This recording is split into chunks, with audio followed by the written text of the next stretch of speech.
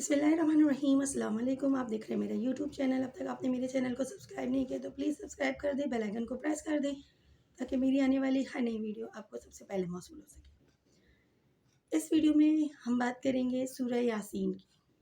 سورہ یاسین جس کو قرآن کریم کا دل کہا جاتا ہے، اس کے متعلق نبی پاک صلی اللہ علیہ وسلم نے کیا فرمایا؟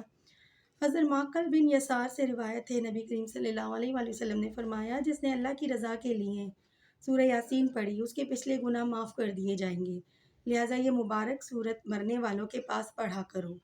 اس حدیث میں مرنے والوں کے پاس عند موتکم یاسین شریف پڑھنے کے لیے جو فرمایا گیا ہے، اس کا مطلب بظاہر یہی ہے کہ مرنے والے کے پاس اس کے آخری وقت میں یہ سورت پڑھی جائے، اور اکثر علماء نے یہی سمجھایا ہے اور یہی اس کا معمول بتایا ہے۔ لیکن دوسرا مطلب یہ بھی ہو سکتا ہے کہ مرنے والے کی قبر پر یہ سورت پڑھی جائے تاکہ یہ اس کی مغفرت کا وسیلہ بن جائے۔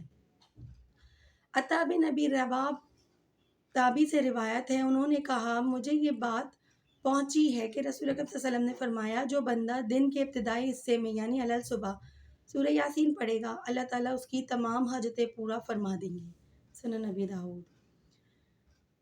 اپنا روزانہ کا معمول بنائیے قرآن شریف کی تلاوت کرنے کا، کیونکہ نبی پاک صلی اللہ علیہ وسلم کا ارشاد ہے کہ جس گھر میں قرآن شریف کی تلاوت نہیں ہوتی وہ گھر قبرستان سے مماثلت رکھتا ہے، لہٰذا اپنے گھروں کو قبرستان بننے سے محفوظ رکھیے۔